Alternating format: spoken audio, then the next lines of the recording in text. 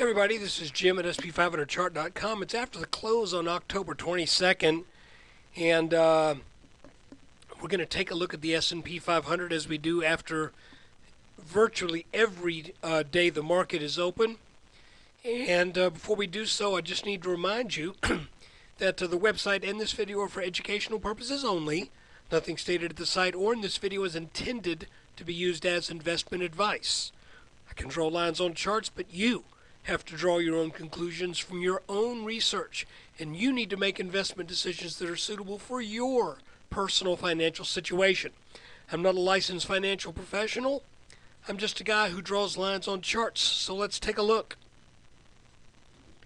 Okay, one of the things that we do at SP500chart.com, I don't know if everyone does this or not, but I provide a link to all subscribers to the chart that you're looking at right here, which, by the way, using data provided through the BATS exchange, you get real-time updates as you view this chart. You see these candles form and develop. It's really a nice tool to use. Now there are other services that do the same thing. Some you pay for, some you don't.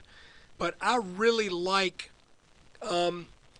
freestockcharts.com for that very purpose, that you get to draw all your lines and then you still see how the market reacts where you've drawn those lines. And today was one of those days where it's almost like, what's a good way to put it? It's almost, it was just kind of interesting to watch, because for the past couple of days we've been getting validation on a number of these trend lines. And we're going to take a little bit closer look, but I want to show you that today we indeed did come down to test that low 1420 level. And it looks like, for at least now, that 1420 level looks to have produced what may be a pretty good bounce.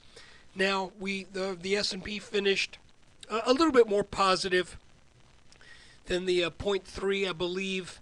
Schwab showed it closing 0.6 and change, but a minimal gain, essentially flat with yesterday's close, but with something of a candlestick, if you're a candlestick analyst, that may look a little bullish, and that is, it would be a little bit, not much, but a little bit of a, I believe that would be a hammer, where you have a very short, what's called a real body, and then a long shadow or tail. So this is a fairly bullish candlestick, but you got to remember there's a reason why they say candlestick patterns need confirmation. And it's interesting to note that a lot of times when you look at a chart and you look at trend lines, you see more information than what a candlestick alone, and a daily candlestick at that, can tell you. So as we look at the chart today in a little bit more detail, what you will see is that there was a little bit of a bump yesterday on this orange trend line, but then it got plowed through, and once it broke, we had two tests to see if the market could get back over this orange trend line. Both of those failed.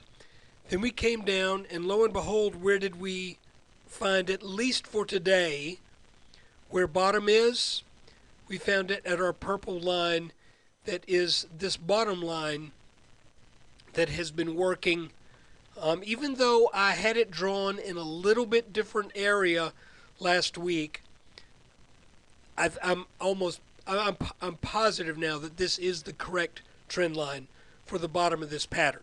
Previously, I had worked off this low and extended it almost horizontally around the 1432 level, but I don't think that was right. Now, as we look at what's going on in relationship to some longer-term trend lines, let's go back last week, and you'll remember that on the 12th we broke this rising support line. But I mentioned on the 12th it was not by enough margin to say categorically that was a technically significant break of that line. Now, I mentioned that usually there will be follow-through, but until there is follow-through to take it 1% underneath wherever this line is at the time, I don't think that's a technically significant break. And that was also the day that I kind of hypothetically redrew this line, because we didn't get a big move down like I'm used to seeing when we have trend lines that break. So, that said, fast forward to this week, to last Friday and today. We did get a technically significant break now of this rising trend line. So what does that mean? Well, it means that I would now fully expect this light orange line, if the market rallies above this line. Interesting to note, remember that line we've been watching for a few weeks now? If you extend that on down, that's that orange line that I was telling you about. We're right where the market ended today. But you know, if we move up over that line tomorrow, then that would further validate the bounce we got in the low 1420s. But I would not expect the S&P to now gain control of this line again and get over it. I'm just not expecting that to happen. So it looks like, for right now, there is a short-term bounce. And again, because we are still in between this support line and this resistance line, we do not know, at least I don't know, where the intermediate term direction of the market is. So the way it looks to me, if the S&P can show a little follow-through with this late day rally and get over this line right here, then I would expect a move to back test this light orange line. I would expect that move to probably be turned back. And then we'd probably come back and test a couple of support lines again to see where things are going to take us. But until this orange line or this red line give way, we're probably, that's actually, it goes without saying, until one of these lines give way, we're stuck between them, obviously. But what I'm saying is, until one of these lines give way, we don't know whether to expect an intermediate downtrend or an intermediate uptrend. And when I talk about intermediate, I'm talking not days, I'm talking about weeks, okay? So we have been in a fairly decently operating uptrend since late May, early June. I still think this needs to come back and retest some levels. But if it does so, oh, by the way, I'm going to add a trend line on here in just a second for you to consider. Let me kind of move things around so that we get things shifting sort of back into position. I'll tell you what, I'm gonna do this and then I'll be right back with you. I'm gonna pause my recording. Okay, I just added another line that I think we may want to keep an eye on. Let me move it exactly where it needs to go. What I'm doing is I'm going back to the October 2011 low. There was also a touch on this red line, and I'm extending that underneath our June low. I think this could be a technically significant line that we are getting potentially pretty close to. So that's why I wanted to do that. If we look at this on an hourly chart, you can see here's that line extending upwards right here. So this could be something that bears watching as we go forward. Now, keep in mind, in the long run,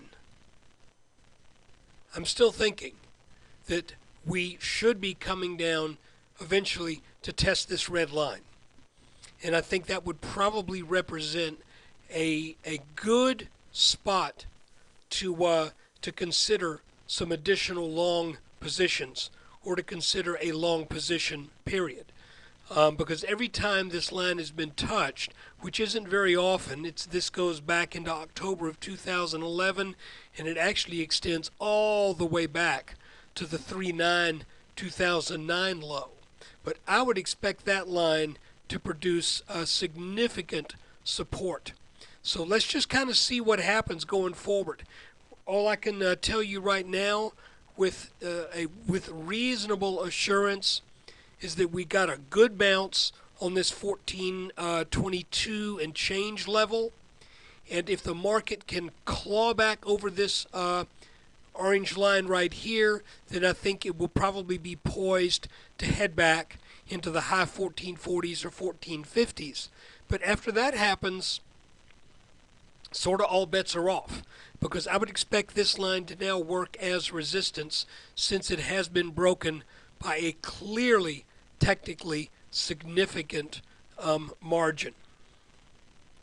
So guys, there's your video for trading day ending October 22nd, 2012. I hope you got something out of that. It's interesting to see how we're just really kind of going back and forth here. This is very reminiscent of the last top we put in. And I'm not calling this a top yet, but I'm certainly open to it forming into what we can view as a top, as a potential top. There's still a few things that have to happen yet before it becomes a little clearer. But for right now, this is looking kind of like, in the words of Yogi Berra, it's looking a little bit like deja vu all over again. So thanks again for watching. Take care.